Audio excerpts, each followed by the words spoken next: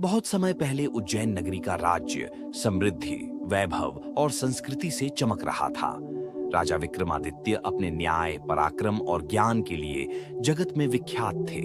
उनके दरबार में कवि, विद्वान, ज्योतिषी, वैद्य सभी अपनी अपनी कला और ज्ञान से राज्य की शोभा बढ़ाते थे। प्रजा उन्हें धरती का धर्मराज कहकर पुकारती थी। उसी समय एक दैत्य था, दंभिकासुर। वह बलवान तो था ही, साथ ही मायावी शक्तियों से युक्त भी था। किंतु सबसे बड़ा उसका दोष था अहंकार।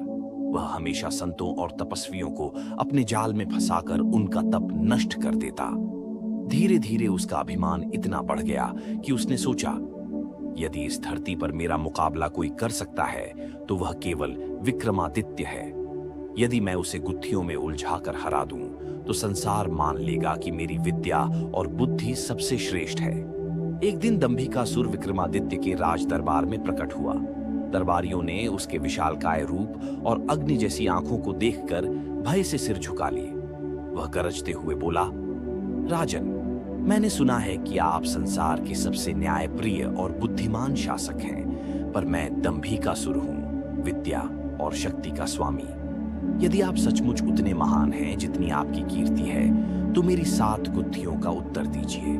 यदि हार गए तो आपका यश और राज्य मेरी अधीनता स्वीकार करेंगे। विक्रमादित्य ने शांत स्वर में उत्तर दिया, दैत्यराज, सत्य और धर्म की परीक्षा से मैं कभी पीछे नहीं हटता। पूछो अपनी गुत्थियां। पहली गुत्थी, दंभिकासुर ने पहला प्रश्न किया, राजन, बताइए, इस जगत का सबसे बड़ा सत्य क्या है? दरबार शांत हो गया। विक्रमादित्य ने गंभीर स्वर में कहा, इस संसार का सबसे बड़ा सत्य है मृत्यु। राजा हो या प्रजा, अमीर हो या गरीब, अंत सबको मृत्यु के चरणों में जाना ही पड़ता है।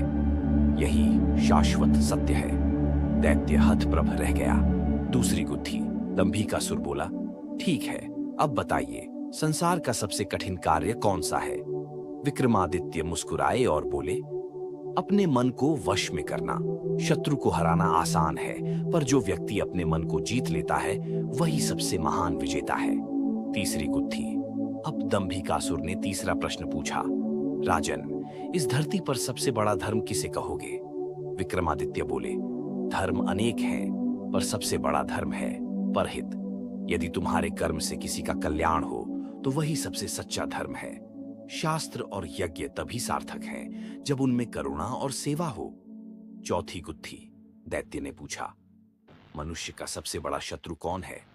राजा ने उत्तर दिया, मनुष्य का सबसे बड़ा शत्रु उसका क्रोध है। क्रोध विवेक को नष्ट कर देता है, संबंध तोड़ देता है और अंत में स्वयं को ही जला डालता है। पांचवी गुत्थी।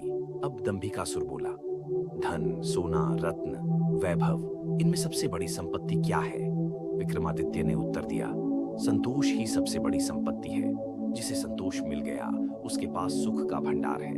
धन से इच्छाएं कभी समाप्त नहीं होती, पर संतोष से मनुष्य सदा आनंदित रहता है। छठी गुत्थी। दैत्य ने पूछा, मनुष्य का सबसे सच्चा मित्र कौन है? विक्रमादित्य ने दृढ़ता से कहा, ज्ञान ही सबसे बड़ा मित्र है। धन छूट जाता है, संबंध टूट जाते हैं, पर ज्ञान हमेशा मार्गदर्शन करता है, इस जीवन में भी और मृत्यु के बाद भी। सातवीं गुत्थी। अब अंतिम प्रश्न आया। दंभिकासुर ने गंभीरता से कहा, राजन, बताइए, इस धरती पर सबसे महान पुरुष किसे कहा जा सकता है? विक्रमादित्य ने उत्तर दिया, सबसे महान वही है जो दूसरों का दुख दूर करे, न्याय की रक्षा करे और अहंकार से दूर रहे। महानता पद या शक्ति से नहीं, करुणा और त्याग से होती है। विक्रमादित्य के उत्तर सुनकर दंभिकासुर के चेहरे का अहंकार पिघलने लगा। उसकी आंखों से गर्व की अग्नि बुझ गई। वह बोला, राजन, आपने मेरे 7 प्रश्नों का उत्तर दिया। आपका ज्ञान, धैर्य और न्याय सचमुच अनुपम है। आज मेरा दम टूट गया। अब मैं किसी को कष्ट नहीं दूंगा। इतना कहकर दंभिकासुर वन में चला गया और तपस्या करने